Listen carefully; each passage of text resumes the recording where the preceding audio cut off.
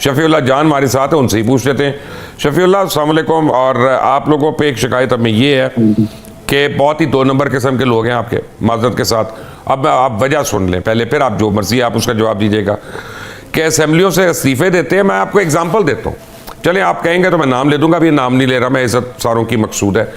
Assembly में पहले उन्होंने दरूद शरीफ पढ़ी और उन्होंने कहा कि मैं इस्तीफ़ा दे रहा हूँ इमरान खान के नाम पे, और कुछ अरसे बाद अदालत में गए, कलमा पढ़ के उन्होंने कहा मैंने इस्तीफ़ा ही नहीं दिया।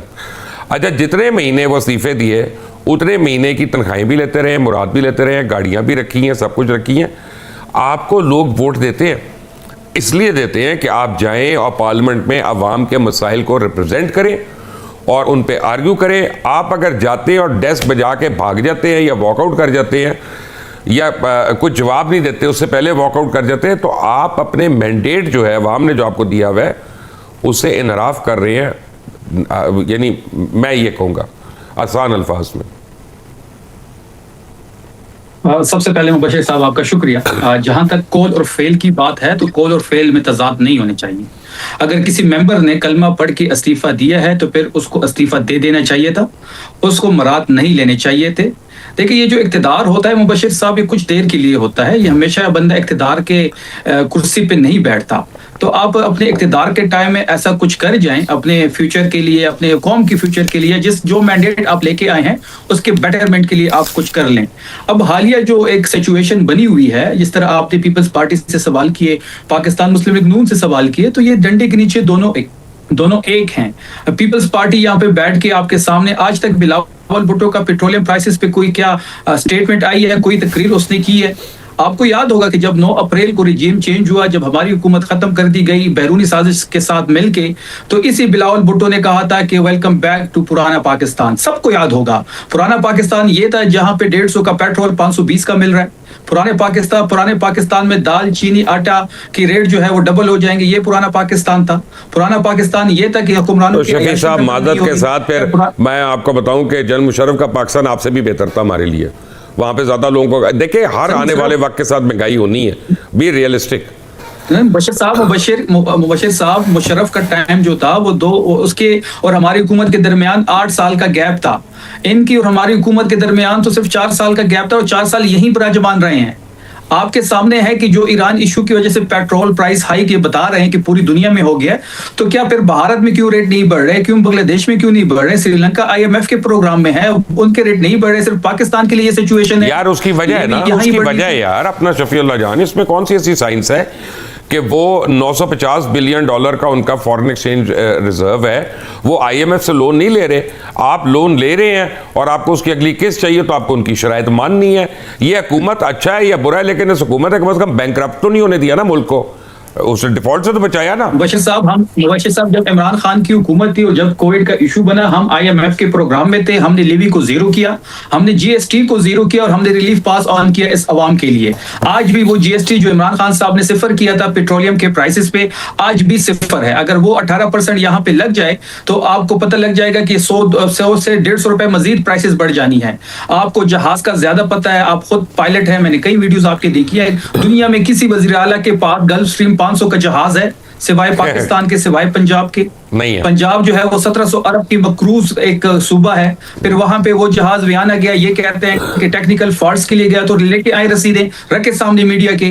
फिर आपने देखा होगा कि वजीर आजम कराची जाते हैं एक ताजियत के लिए और एक शादी की मुबारकबाद के लिए, वहां पे 37 गाड़ियों का काफिला, और वो दौरा पाकिस्तानी कौम को 5 करोड़ का पड़ा। सेनेट चेयरमैन की 9 करोड़ की गाड़ी आपके सामने है। यार वजीर आजम जा रहा है यार, अपना दुनिया के आगे शो तो हो ना कम से कम। आपका वजीर आजम भी हेलीकॉप्टर में ही जाता था घर से, वो तो जाता ही हेलीकॉप्टर में था यार, वो कौन सा को अपना को 2 रुपए वाली ऊबर पे जाता था। अब सुन लें अगर फिर ऑप्टेक्स जो है कफायत शारी की ना रखे ना, फिर आप ये ना कहें कि आप आवाम से उम्मीद ना रखें। मैं ये कह रहा हूं कि आप सारे शफी भाई, आप छोटे उम्र में, आपको तो मैं सख्त अल्फाज से बोल सकता हूँ, ये दोनों तो बड़े हैं, उस्मान नहीं है, अपना कादर साहब है। आपको मैं बताऊं कि मैं तो कह रहा हूं आप सारे एक ही थैली के चटे पटे हैं। मैं ये कह रहा हूं शक्लें बदली हुई हैं, नारे बदले हुए हैं, झंडे बदले हुए हैं, लेकिन सारों का मकसद एक ही है, लुटो फुटो ते खुटो, बस। मैं ये कह रहा हूं, मैं किसी एक की साइड नहीं ले रहा। बशीर साहब समझ आ गई है मोशे साहब, आपका मौकफ ये हो सकता है, लेकिन कंपेयर कर लेते हैं फैक्ट्स एंड फिगर्स को सामने रखे कि किसकी हुकूमत गरीब के लिए अच्छी थी, किसकी हुकूमत पाकिस्तान के लिए अच्छी थी, एक्सपोर्ट्स की क्या सूरत हाल थी, जीडीपी की क्या सूरत हाल थी, डायरेक्ट इन्वेस्टमेंट कितनी आ रही थी, कितनी तरसीलात आ रहे थे, फिर पेट्रोलियम की प्राइसेस क्या थी, फिर एक जो गुर्बत का सर्वे हुआ है वो आपके सामने है, शफीउल्लाह मेरी जान, मैं आपके आपको सामने, हमने बताऊं, तो कोई जहाज आप असल में आपको एक डिसएडवांटेज, आप मेरे से बहुत उम्र में छोटी हैं, तो कई चीज़ों में मैं आपको आगे नहीं निकले दूंगा। मसलन आपको बताता हूँ कि 3 साल कोविड का शिकार रहे हैं आपकी हुकूमत में।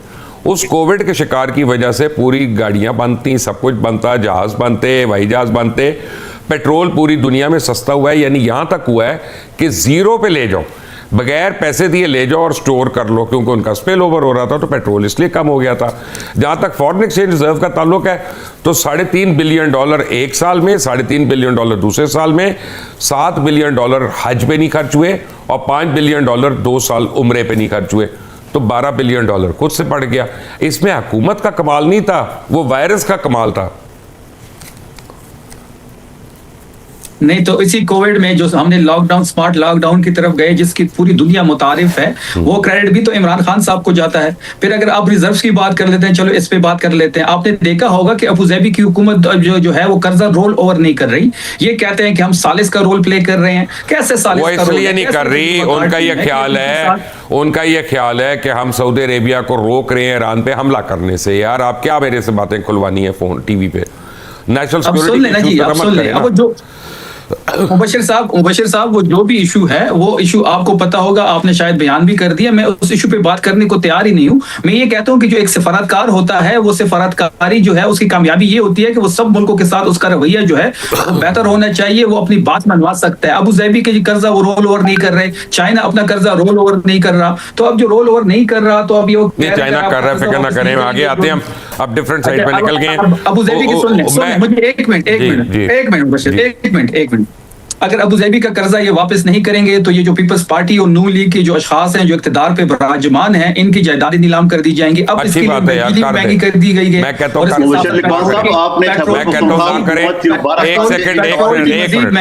एक मिनट, पहली बात तो यह है कि अगर किसी की जायदादें हैं और गैर कानूनी हैं तो आपके ऊपर लाजिम है कि आप असेंबली में भी उस पर आवाज़ उठाएं और कोर्ट में भी जाएं। अगर आप वो नहीं कहते और आप टीवी के टॉक शो में खड़े होकर बस वो बात करते हैं तो फिर ये गैर मुनासिब बात है।